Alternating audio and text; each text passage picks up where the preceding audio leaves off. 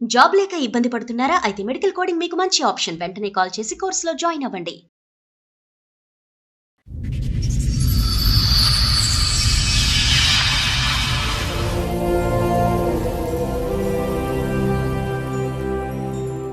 Love marriage చేసుకున్నా madam. ఎన్ని సంవత్సరాల క్రితం?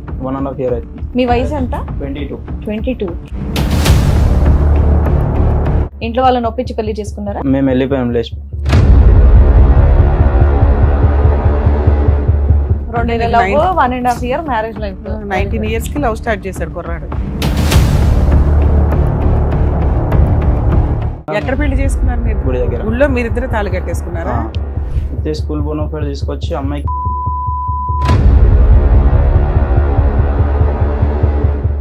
మా అబ్బాయి అన్న మాట్లాడలేదు, అసలు అమ్మాయి గట్టిగా మాట్లాడింది. నువ్వు గోలిచ్చేస్తావు అమ్మ మీ ఇంటికి అంటే ఇట్లా నేను పోను, మా మమ్మీ మంచిది కాదు, నేను వెళ్ళానంటే వెళ్ళనంటుంది. ఇప్పుడు ఆయన మీద కిడ్నాప్ కేసు, రేప్ కేసు కింద పెట్టేది అనమాట. అమ్మాయి కావాలా నీకు? అమ్మాయి వస్తా అంటే తీసుకుంటా సార్. రాను అంటే ఆటో నడుపుతున్నాడు, 10th standard అమ్మాయిని పటాయించాడు. ఇతను చదువు కాస్త కోవిడ్ టైంలో ఆగిపోయింది. అన్ని మీ అబ్బాయికి స్పీడే. ఇప్పుడు ఎలాంటి కేసులు అవి? అవేనా చిన్న చిత్తక కేసెస్? చాలా పెద్ద కేసెస్. ఒక మైనర్ అమ్మాయి వచ్చి లవ్ చేశాను నువ్వు లేకపోతే బతకలేనంటే అసలు అట్లాంటి ఎవిడెన్స్లు ఇవ్వద్దు. మైనర్ అమ్మాయిలంటే చూడకండి ఫస్ట్, దయచేసి. ఎంత కోటేశ్వరుడైనా ఆ లీగాలిటీ తట్టుకోవడం మీ వల్ల కాదు. నమస్తే. సుమన్ టీవీ సమర్పిస్తున్న పద్మవ్యూహం కార్యక్రమానికి స్వాగతం. మరి ఈ కార్యక్రమంలో మనతో పాటు ఉన్నారు ప్రముఖ హైకోర్టు అడ్వకేట్ రమ్యాకుల గారు. నమస్తే మేడం. నమస్తే అండి. ప్రముఖ సైకియాట్రిస్ట్ డాక్టర్ కళ్యాణ్ చక్రవర్తి గారు. నమస్తే సార్. నమస్తే మేడం.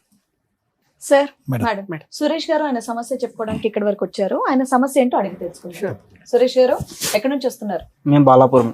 బాలాపూర్ నుంచి. మీతో పాటు వచ్చిన వాళ్ళు? మమ్మీ. ఏం చేస్తూ ఉంటారు మీరు? నేను ఆటో నడిపిస్తున్నాను. ఎంతవరకు చదువుకున్నారు?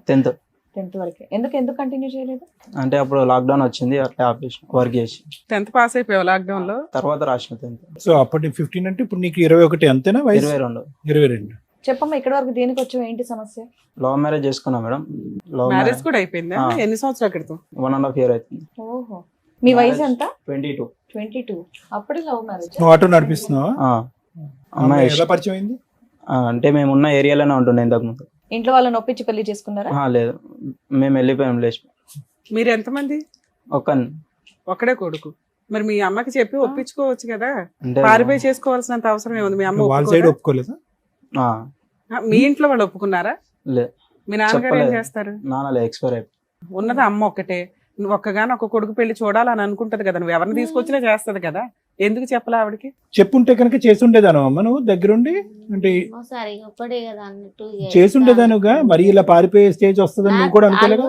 అట్లా ఉన్నారని ఇట్లా నాకు తెలియదు అన్నమాట. అసలు అమ్మాయి ఎవరో తెలుసా? ఆ తెలిసిన అమ్మాయా కాదా? అమ్మాయిని ఎప్పుడైనా చూసిందా మీ అమ్మ? లేదు, అంతకుముందు చూడలే. అంతకుముందు మీకు ఎంత లవ్ పెళ్లి చేసుకోవడానికి? 2 years నుంచి. 2 నెలలు 1.5 year మ్యారేజ్ లైఫ్. 19 years కి లవ్ స్టార్ట్ చేశాడు కుర్రాడు. ఎక్కడ పెళ్లి చేసుకున్నారు మీ ఇద్దరు? ఇక్కడ బాలాపూర్లోనే విలేజ్ లో, గుడి దగ్గర. ఊళ్ళో మీరిద్దరు తాళి కట్టేసుకున్నారా? పంతులు ఎవరైనా ఉన్నారా? ఎవరు లేరా? ఏం లేకుండా. ఫొటోస్ ఉన్నాయా? అవి లేవా? ఉన్నాయి ఫొటోస్. చేసుకున్నారు. తర్వాత ఇంటికి తీసుకెళ్ళావా? 1 day తర్వాత అమ్మ దగ్గర తీసుకెళ్ళు. ఆ 1 day ఎక్కడున్నారేంటి? మా పెద్దనాన్న వాళ్ళ ఇంటి దగ్గర ఉంది. పెద్దనాన్నకు తెలుసా? తెలుసు. పెద్దనాన్న ఏమనలేదు. ఏమన్నా ఆ అమ్మాయి వాళ్ళ ఇంట్లో ఏంటి పరిస్థితి? అమ్మాయి వాళ్ళ ఇంట్లో అంటే మదర్ కొంచెం వేరే ఆమె. ఓకే, ఒప్పుకోకపోవచ్చు అని మీ భయం. ఈ అమ్మాయిని నమ్మావా నువ్వు? ఓకే, నాతో జీవితకాలం ఉంటది అని. అట్లానే తీసుకెళ్ళాం మేడం. మీ అమ్మ ఒప్పుకుందా తీసుకెళ్ళినాక? మాట్లాడుకున్నాం మేడం, మాట్లాడినాక ఒప్పుకుంది. ఇంటికి ఇట్లా వెళ్ళినాం. వెళ్ళి అక్కడ ఆవిడ దగ్గర ఎంతకాలం ఉన్నారు? 1 day ఉన్నాం అక్కడ. ఇట్లా అక్కడ నుండి మళ్ళీ పెద్దనాన్న వాళ్ళ ఇంటికి వెళ్తుంటే PS వాళ్ళు, పోలీస్ వాళ్ళు పట్టుకోరు. ఏది వాళ్ళ అమ్మోళ్ళు కేసు వేసారు? ఓకే. చదివినాక PS. అమ్మాయి వయసు ఎంత? అమ్మాయికి 21. నీ వయసే? ఓకే. అయితే స్కూల్ బోనఫైడ్ తీసుకొచ్చి అమ్మాయికి 15 అని చెప్పి కేసు పెట్టారు. 15 కి 21 కి ఎంత తేడా ఉందో తెలుసా? ఇప్పుడు 15 పెళ్ళప్పుడు 15. ఈ పిల్లడు 20, అమ్మాయి 15 అండి. తెలిసిపోవట్లా. తర్వాత ఏమైందమ్మా? ఇంకా వాళ్ళ PS లో వాళ్ళ మమ్మీ మాట్లాడింది, చేస్తా మ్యారేజ్ చేస్తా అన్నది. దాని తర్వాత ఇంకా వాళ్ళు ఏం మాట్లాడలేదు నాతో. అమ్మాయిని తీసుకెళ్లిపోయారా? వాళ్ళు తీసుకెళ్లిపోయారు. అమ్మాయి వెళ్ళిపోయిందా? వెళ్ళిపోయింది.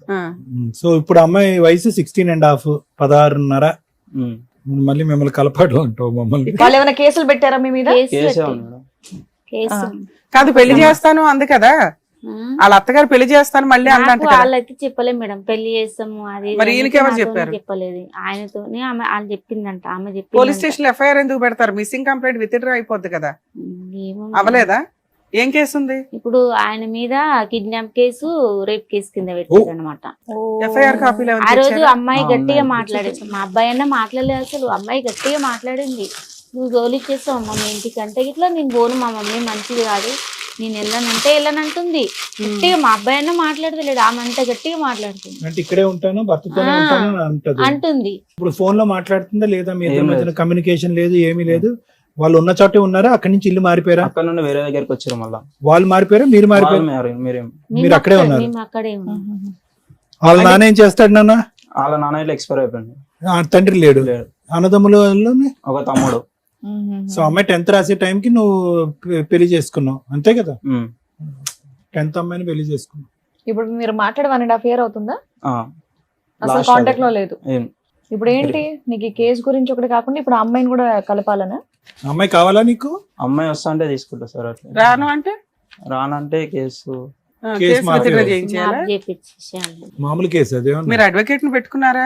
పెట్టుకోలే మేడం, మేము ఈయన నిడిపించుకొచ్చినప్పుడు అయితే పెట్టుకున్నారు. ఆ. తర్వాత కేసు ఫైట్ చేయడానికి లాయర్ ని పెట్టుకోలేదా? మొన్ననే వచ్చి మళ్ళీ పేపర్స్ వచ్చినాయి.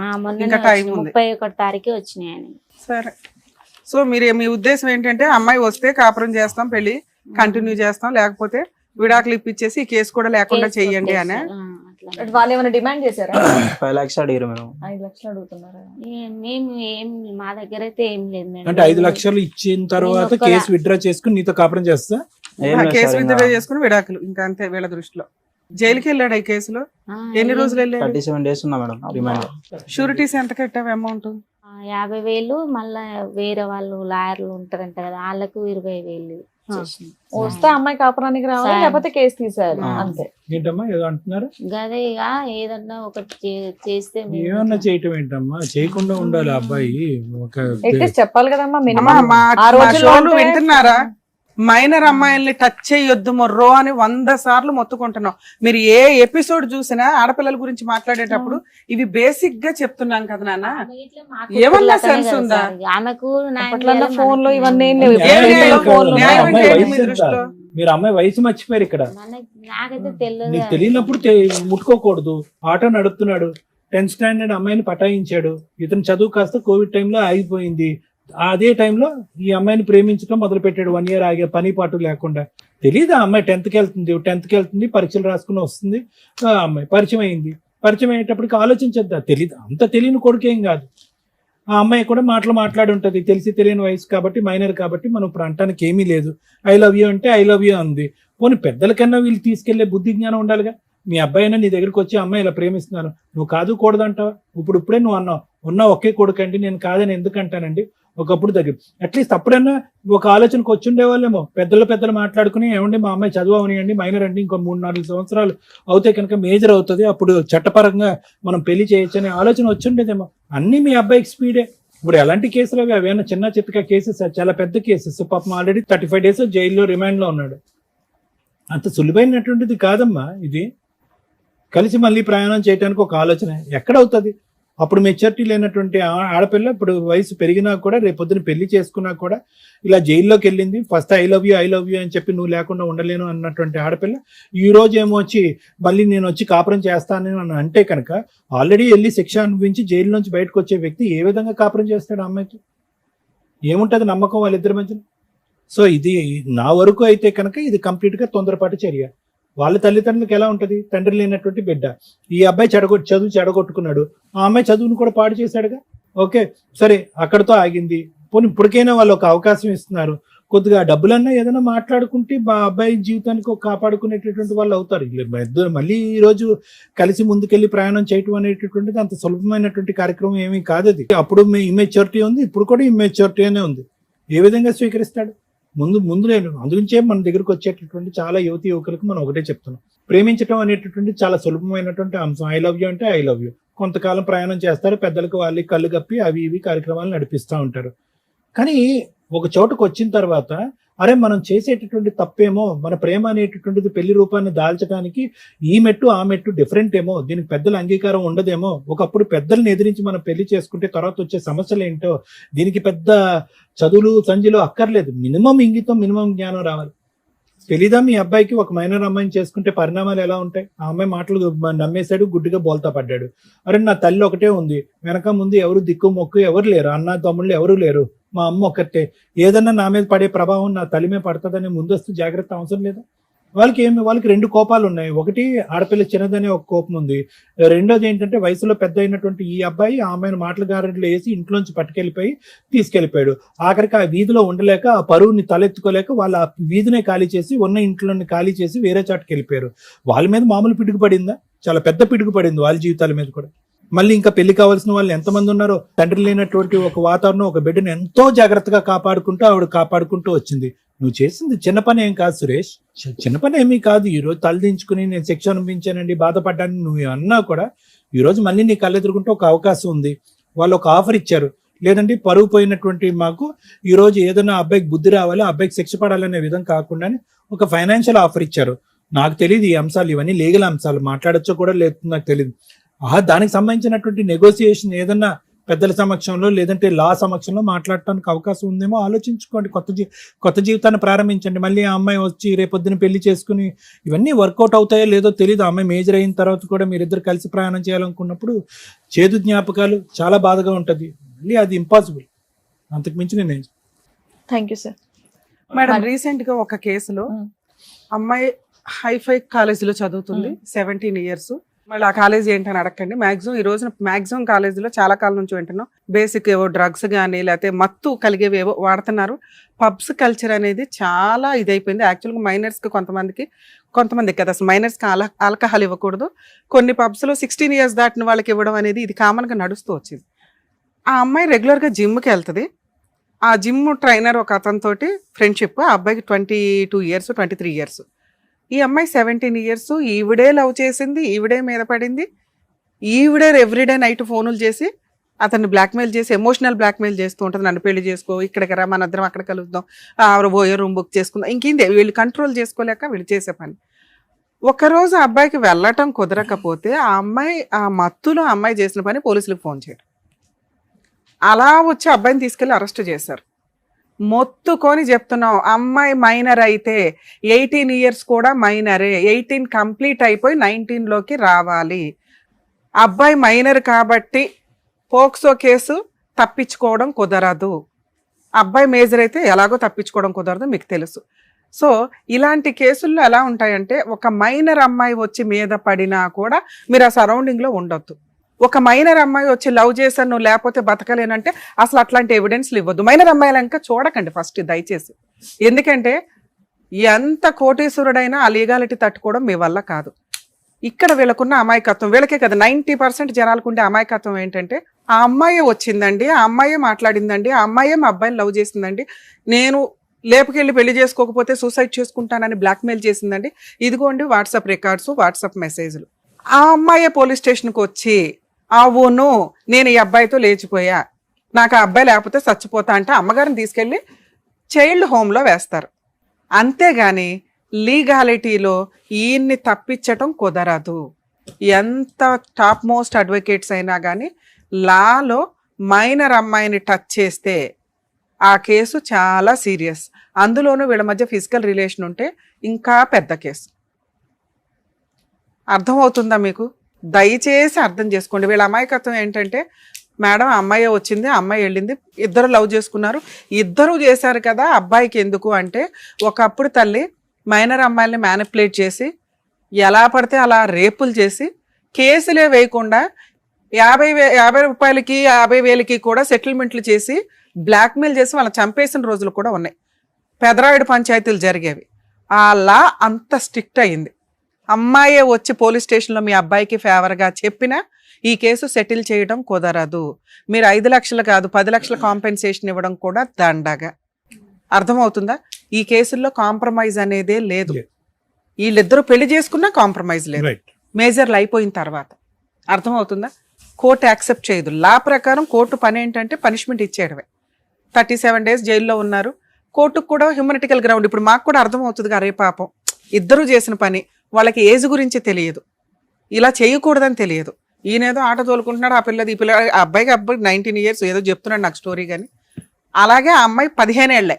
వాళ్ళు ఇటువంటి ఒక పోక్సో కేసు ఫైల్ చేస్తున్నప్పుడు child marriage act, prohibition of child marriage act కూడా ఇంప్లిమెంట్ చేశారు. అంటే మైనర్ వివాహ చట్టం కూడా ఇంప్లిమెంట్ చేశారమ్మ. దాంట్లో ఆ అమ్మాయికి బ్లడ్ టెస్ట్ చేసి మరీ రిపోర్ట్ వేశారు.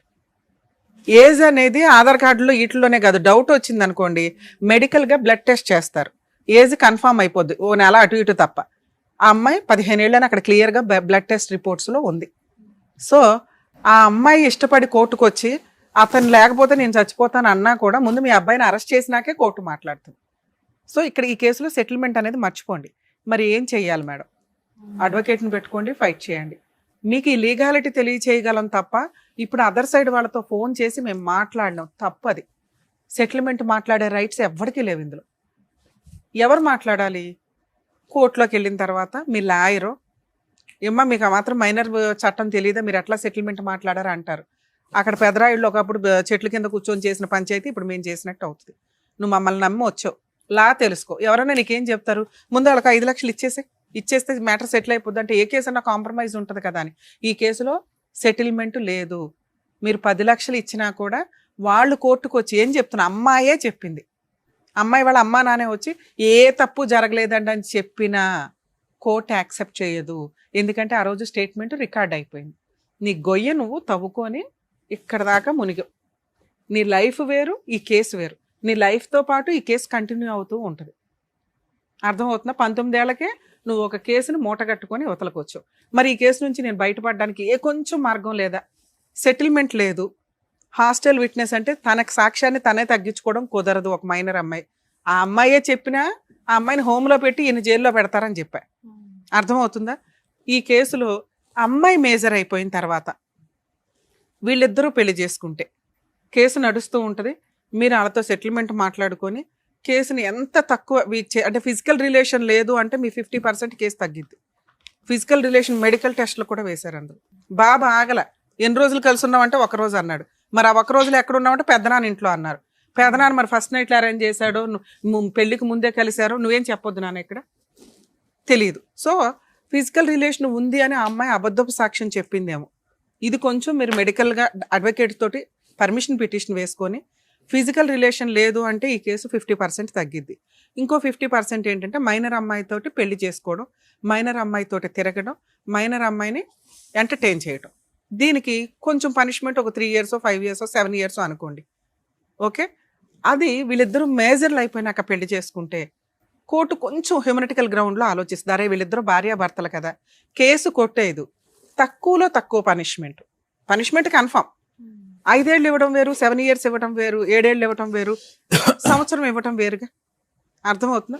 మీకు అటువంటి అవకాశం ఏదన్నా ఉంటే వాళ్ళతో మాట్లాడుకొని వీళ్ళు ఇప్పుడు ఇద్దరు మేజర్లు అయితే ఇంకా అమ్మాయి 16-17 ఉంటాయి ఇప్పుడు నాకు తెలిసి.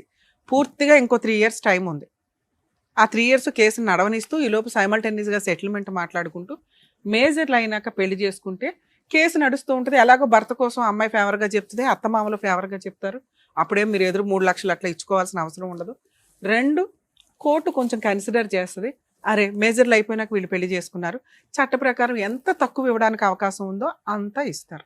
ఈ ఎగ్జాంపుల్ అందరికీ కాదండి, ఎందుకంటే అన్ని కేసుల్లో మైనర్ అమ్మాయిలు మేజర్లు అయిపోయినాక వాళ్ళ అమ్మా నాన్న వచ్చి పెళ్ళిళ్ళు చేస్తారని కాదు. ఇక్కడ ఒక తల్లి ఒక్కగానొక్క కొడుకు పెళ్లి కళ్ళారా చూసుకోవాల్సిన ఆవిడ ఒక మైనర్ పిల్లాడు చేసిన పనికి మేజర్ అని చెప్పుకున్నా కూడా తల్లిదండ్రుల మాట వినండి దయచేసి. మీ ఏజ్కి మీకు వేరే వాళ్ళతో పోల్చుకోవడం, అందరికీ గర్ల్ ఫ్రెండ్స్ ఉన్నారు నాకు ఉండాలని విచ్చలవిడిగా తిరగాలి అనుకుంటే జీవితాలు సర్వనాశనం అయిపోతాయి. ఏం తప్పు చేసింది ఆవిడ? భర్త ఎట్లాగో కాలం చేశాడు, ఉన్న ఒక్కగానొక్క కొడుక పోలీస్ స్టేషన్ల చుట్టూ కోర్టుల చుట్టూ తిరగడం అంటే ఆవిడకి లిటరల్లీ నరకం కింద లెక్క. ఇట్లాంటి ఫైనాన్షియల్గా చాలా వీక్గా ఉన్న వాళ్ళకి ఉన్నంతలో, ఎందుకంటే అమ్మాయి వాళ్ళ ఫ్యామిలీ కూడా పెద్ద ఏం కాదు అని చెప్తుంది ఆవిడ. సో ఉన్నంతలో మంచి భర్త ఈ పిల్లోడు కాస్త ప్రూవ్ చేసుకుంటే మీ అబ్బాయి పనులు చేసి ఒక షాపు లేకపోతే ఆటో కొనుక్కోనో 4 ఆటోలు మెయింటైన్ చేస్తుంటే వాళ్ళే అమ్మాయిని తీసుకొచ్చి ఎంతకంటే ఏం మంచి సంబంధం చేస్తాం మేమని చెయ్యడానికి అవకాశం ఉంది. ఇప్పుడన్నా అబ్బాయి మారి కెరియర్ మీద కాన్సన్ట్రేషను, ఆ అమ్మని జాగ్రత్తగా చూసుకోవాలనే కాన్సన్ట్రేషను. రేపటి రోజున ఆ అమ్మాయి వస్తే నా కేసు 90% తగ్గిద్ది. ఇష్టపడి పెళ్లి చేసుకున్నాం, లా వేరు ఇష్టం వేరు. సో ఇది కోర్టుకి మనం ప్రూవ్ చేయగలిగితే మేము ఇట్లా పర్ఫెక్ట్ అండి, ఆ రోజు మా మధ్య ఫిజికల్ రిలేషన్ లేదు అని ప్రూవ్ చేస్తేనానా కొంచెం బయటపడడానికి అవకాశం ఉంది. ఒకవేళ జైలుకి పంపించినా కూడా 1 year పనిష్మెంట్ ఉన్నా మళ్ళీ 1 monthలో బెయిల్ వస్తుంది, 1.5 monthలో హైకోర్టుకి వెళ్ళొచ్చు. హైకోర్టులో మళ్ళీ ఒక 10 years నడుస్తుంది, 5 years నడుస్తుంది అనుకుందాం కేసులు. అక్కడ ఇంకొంచెం హ్యూమనిటికల్ గ్రౌండ్, అప్పటికి పిల్లలు పుడతారుగా, పనిష్మెంట్ ఇంకొంచెం తగ్గిద్ది. అర్థమవుతుందా? మీ అబ్బాయి కెరియర్లో ప్రూవ్ చేసుకొని అమ్మను బాగా చూసుకుంటే అమ్మాయిని బాగా చూసుకుంటాడని అవతల వాళ్ళకి నమ్మకం వచ్చి నీకు ఇవ్వాల. మేము ముగ్గురం కూర్చొని ఫోనులు చేసి ఈ అబ్బాయి మంచోడు అంటే ఏం మంచోడు నువ్వు, ఇప్పటికీ పనికి మాలినోడివే. అర్థమవుతుందా? కెరియర్ కాన్సన్ట్రేషన్ చేయి, కేసును వదిలిపడే, నడవని అట్లా. ఇప్పటికిప్పుడు నిన్ను లోపల ఎయిరెవరు, ఇంకా చాలా టైం ఉంది కేసులో. ఈ లోపు నువ్వు బాగా సంపాదిస్తే వాళ్ళే మీ దగ్గరకు వస్తారు. ఎందుకంటే ఒకసారి పెళ్ళి అయిపోయి అన్నీ అయిపోతున్నాయి అని వాళ్ళే ఫీల్ అయినప్పుడు ఇంతకంటే మంచోళ్ళుడు ఏం దొరుకుతాడు? ఆ అమ్మాయికి ఇప్పుడు ఇంకో పెళ్లి చేసి సెకండ్ మ్యారేజ్ అని అనుకోవడం కంటే ఇది బెటర్గా. సో వాళ్ళకు కూడా నీతో పెళ్లి చేయడం అవసరం, నువ్వు అందుకు రెడీగా ఉండు. ఆ అమ్మాయిని వాడేసుకున్నాను చాలు, కేసేసింది, ఆ రోజు బూతులు నన్ను మా అమ్మని తిట్టారు అని ఇగోకి వెళ్ళిపోయి గొయ్య తవ్వుకో మాకు. ఈ కేసు నుంచి బయటపడాలంటే ఇది. మేడం మేము అంతా చేసినా కూడా వాళ్ళు మా వల్ల కాలేదు, వాళ్ళు యాక్సెప్ట్ చేయలేదు అంటే కేసును మ్యాక్సిమం ఫైట్ చేసుకోండి తల్లి, పనిష్మెంట్ మ్యాక్సిమం పడుతుంది. అర్థమవుతుందా? ఈయనకో పెళ్లి చేసి ఆయన లైఫ్ ఆయన చూసుకోమనండి. ఈ కేసులకి అడ్వకేట్ ఖర్చులు కూడా గట్టిగా ఉంటాయి. కుదిరితే గవర్నమెంట్ లాయర్ని రిక్వెస్ట్ చేయండి, కానీ 99% పెట్టరు. ఇంతే తల్లి. ఎందుకంటే మిమ్మల్ని ఎవరైతే నమ్మి పంపించారో మేము అవతల వాళ్ళతో మాట్లాడడానికి ఇది కాంప్రమైజ్ కేసు కాదు. దయచేసి మమ్మల్ని ఏమనుకోకండి. మీ వల్ల కనీసం మీలాంటి ఈ పిల్లాడి లాంటి వాళ్ళకి బుద్ధి అయితే చెప్పగలుగుతాం. ఇట్లాంటి మేము కూడా ఫేసే చేస్తామండి ప్రాబ్లమ్ని, అన్ని అనుభవించినాకే అంటే ఇంకా పెద్దవాళ్ళం కూర్చొని చెప్పడం దండగా. కనీసం రియలైజ్ అయ్యండి, ఈ రోజున అబ్బాయి చాలా, ఇంకా నేను తక్కువ చెప్తున్నాను, టెన్షన్ పడకుండా ఉంటారు అని. దయచేసి అర్థం చేసుకోండి. మైనర్ అమ్మాయిల్ని టచ్ చేయొద్దు, మాట్లాడొద్దు, మనకు వద్దు వాళ్ళతో పంచాయితీ. ఫ్రెండ్షిప్ వరకు ఉంచుకోండి, మేజర్లు అయినాక మాట్లాడుకోండి ఏదన్నా ఉంటే. ఈ రోజున ఫోన్లు ఖాళీగా ఉన్నాయి కానీ టిక్ కానీ రొమాంటిక్ మెసేజ్లు, ఇంకా మీ తొక్కులో తెలివితే అట్లేంటో తెలుసా, ఏవో యాప్లు ఉంటాయి, వెంటనే 1 time చూడగానే డిలీట్ అవుతుంది. అవి కూడా రికవరీ చేస్తారు ఒళ్ళు మండితే. అవి ఎందుకు చేస్తారు? కేసు ఎక్సీడ్ అవుతుంది, పొజిషన్ ఎక్సీడ్ అవుతుంది, మీ మధ్య రిలేషన్ పెరుగుతూ ఉంటుంది. రిలేషన్ పెరిగినాక ఎట్లాగో క్రైమ్ జరిగిద్దిగా. సో మైనర్ అమ్మాయిల దగ్గరికి వెళ్ళొద్దు, అంతే. Thank you madam. ఏం అర్థమైందా? జాగ్రత్తగా విన్నావు కదా మేడం చెప్పిందంతా కూడా. సో ఉద్యోగం. దాని తగ్గట్టే మీరు కంటిన్యూ చేస్తే బెటర్. వర్క్ ఏమ్మా జాగ్రత్తగా చూసుకోండి. సో మేడం చెప్పినట్టు ఇంకో మంచి పాయింట్ కూడా చెప్పారు, నీ కెరీర్ మీద కాన్సన్ట్రేట్ చేసి డబ్బులు బాగా సంపాదిస్తే అమ్మాయి వచ్చి పెళ్లి చేసుకుంటే ఇవన్నీ కూడా పోతాయి. చూసుకోండి, జాగ్రత్త. చేస్తాం, వెళ్ళండి. నమస్తే. ఉంటే మనల్ని ఎవరు ఆపుతారులే అని ఒక పిచ్చి ఆలోచన, అందుకే మైనర్లు అనేది. సరే అప్పటి రోజులు అంటే సెల్ ఫోన్స్ లో ఇవన్నీ న్యూస్లు తెలియదు కాబట్టి ఇది, కానీ ఇప్పుడు దానికి సంబంధించి సినిమా కూడా వచ్చింది పెద్ద, అవన్నీ చూసుకొని కంటిన్యూ చేస్తే బాగుండేది. బట్ ఇంకా నెక్స్ట్ ఎవరు కూడా అలాంటి మిస్టేక్ చేయొద్దని చెప్పేసి కోరుకుంటున్నాను. Thank you so much sir. Thank you so much madam. మరో కథతో మళ్ళీ కలుద్దాం.